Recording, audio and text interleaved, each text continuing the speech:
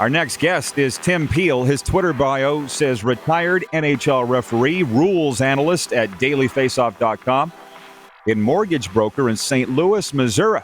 And it is a pleasure to welcome Tim Peel to the program today. Tim, thanks for the time. Good to see you, my man. And if you don't mind, I'm going to open up. Right here. Yeah, with our poll question. And I don't know how comfortable you are with answering it as an impartial referee, but can the New York Islanders come back from this 5-8-2 start in that Metropolitan Division and make the playoff? I think they do. First of all, they have one of the best GMs in the league in Lou Lamoriello. Wherever he goes, he wins.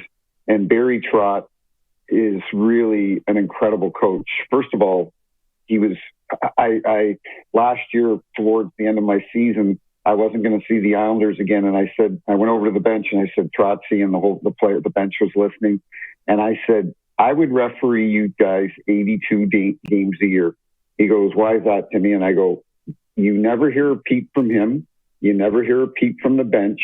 They are so disciplined and structured, and all they think of, the officials are the last thing that they're thinking about. And they started 2 weeks on the road or 3 weeks on the road. That's really difficult. And they're back in a new building, but then they've got a bunch of players on COVID protocol. And I think we'll see over the next 30 to 45 days, once they get some players back. I wouldn't be surprised at all if I saw them go on a 7-1 run, an 8-2 run. They're just too good of a team and too well structured. Yeah, and only 3 games below 500. Not only am I shocked at the discussion, I'm shocked that Islanders fans are burning their jerseys in burning barrels. That's the photos we've seen on Instagram. And by the way, I guess you would be a perfect guy to ask. Those Islanders fans seem a little unstable at times. Who, Tim, in your mind, having worked in every NHL arena multiple times, has the most unstable, but craziest fans, most rabid fans? Well, did you ever go to the old building in Long Island? No, one of the few. Yeah. Okay. Yeah. Well, it's separated. The Marriott is separated by a parking lot, and that's where all the fans would tailgate. And I had an afternoon game there once. It was a Saturday afternoon. Pittsburgh was in town. It was in the first or second round of the playoffs. Went into overtime, and I gave Pittsburgh a power play in overtime. Sidney Crosby got hooked or tripped. And, of course, Pittsburgh scores in the power play. Now, we have to walk across the parking lot to go back to our hotel. And we needed a police escort to get us back. And I can't even repeat what some of the fans were saying, but it was pretty bad. But you know what? I'm trying to think of, all the Canadian cities that I worked in. I loved working in the Canadian cities because they were such knowledgeable hockey fans. And I remember going to Atlanta when Atlanta was there. And just because a player fell, the fans would boo and they'd carry on. The Canadian hockey fans are some of the most smartest hockey fans in the league. And so, you know what?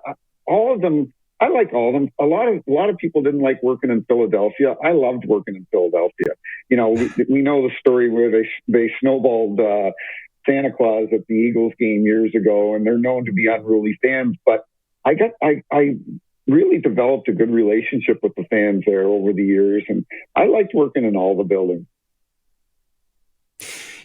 Speaking of what you're enjoying now, I'd ask you how retirement life is, and I will ask you that, but seeing you go back and forth with the media on explaining rules calls to the media or fans or whomever needs it seems to be a real thrill for you, Tim, and I'm sure it is. I think, was it Ken Campbell from the Hockey News you were clarifying on the weekend? I think it was Ken Campbell. He couldn't understand an Correct. Offside call, and you pointed it out, which I think is infinitely entertaining. You can make a full-time job out of correcting people on Twitter on NHL rules. Yeah, it's remarkable. And even when I was on the ice, I would hear announcers talk about a certain play or a certain call, and it's no fault of their own, but maybe it is. But most of them don't know the rules, and the fans certainly don't understand the nuances of the rules. And that offside play was a different play. It wasn't black and white, and I enjoy it because I'm not. Listen, if our officials mess up, I'll I'll go on Twitter and say they got the call wrong. But in instances where not only did the linesman get the call right, but after hockey ops looked at the play in Toronto, they deemed that it was a good goal and that the play was onside. So it's not to be, hey, I'm right, and because I'm going to make mistakes. But there are most of the fans and a lot of the media will tell you that they don't know the rules. And that's why we have a rules expert on ESPN now. That's why we have a rules expert on TNT. I'm doing it with Frank Saravelli at Daily Faceoff. I think you're going to see more of that because people, especially during hockey games, whether it's hockey night in Canada, and we talk about the power play and we talk about the penalty kill, a lot of fans kind of tune out when that comes on. But I think if they had an official on there that explained why a call was made, why it was missed, maybe there were 3 or 4 bodies in front of the ref. He didn't get a good sight line on it. Our guys are human. And for whatever reason, hockey officials seem to get beat up the most out of any sport. There's no doubt. In my mind, you're probably right. And I answer this to the best you can, Tim, but I just wonder what referees think about video replay, just the existence of it, let alone how far it's come. For instance, I'm watching Jets and Oilers the other night in Winnipeg. My good friend, Chris Schlenker, former captain of the Regina Pats, I called their games for 15 years. No goal, goaltender interference. Dave Tippett challenges.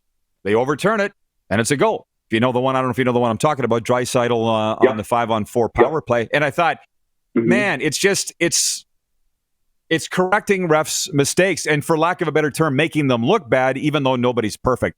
How do the officials feel about the advent of video replay and the way it's being used now in the NHL?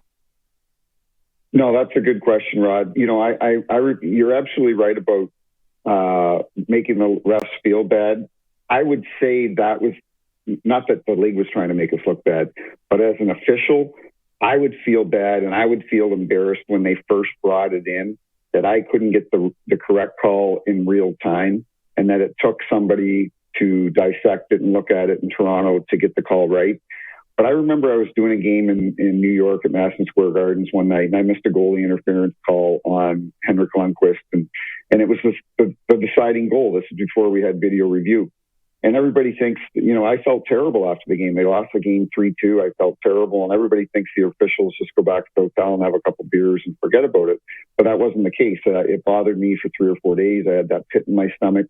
So when they brought it in, and certainly the last few years, it's nothing but good for the game because it's so funny when quite often the official gets it wrong on the ice. They go to Toronto. They get off the headset. They go after further review. The goal counts, doesn't count, whatever. And even though the official got the call wrong originally, quite often the first thing that the announcer says was, good job on the officials. They got the call right. And at the end of the day, that's all we want because we do not want, we brought in offside challenges a few years ago because we had a couple goals in the playoffs that were offside and determine the outcome of the game.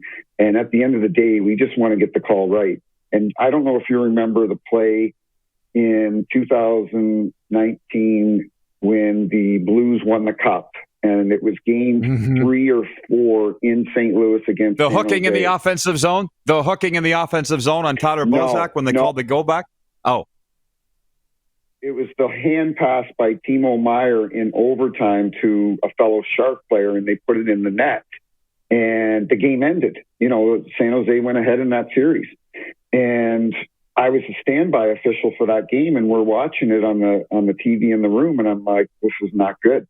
And everybody in the stadium can see it. They're looking at it on the Jumbotron. Everybody from China to North America is able to see the replay. All the coaches, all the players are looking at the replay on the bench, but the only 4 people that in the world that couldn't see the replay were the 4 officials on the ice. And that's when the league that summer said, you know what, we need to change some things because we can't have games ending like this. And I will say 3 of the 4 of those officials that were working that game had all done prior Stanley Cups. They were very good officials. They just made a mistake. They just missed it. And that happens. So video replay is good for our game. And, it's frustrating sometimes when a goal is scored in the home building and the fans are going crazy, and then all of a sudden it's reviewed and it's taken away. Kind of sucks the energy out of the building. But at the end of the day, like I said earlier, as long as we get it right, it's good for the game. Everybody says that, and I agree. Tim, I've loved the discussion. Hope we can do it again soon. Glad you're doing so well. Sounds good, Rod. When I came on, I said that does not look like Saskatchewan in the background, so I'm glad you clarified that with me. Sunrise, Florida, the best you've been. You know what I'm talking about. Good Thanks for you. Thanks for having me on. Well, retired NHL official Tim Peel joining us from St. Louis today. Hey, everybody. Thanks for watching the RP Show on YouTube. And don't forget, we're live daily on YouTube from noon to 2 Eastern. If you like what you see, hit subscribe. And if you like the program, check around for other segments of the Rod Pedersen Show here on YouTube.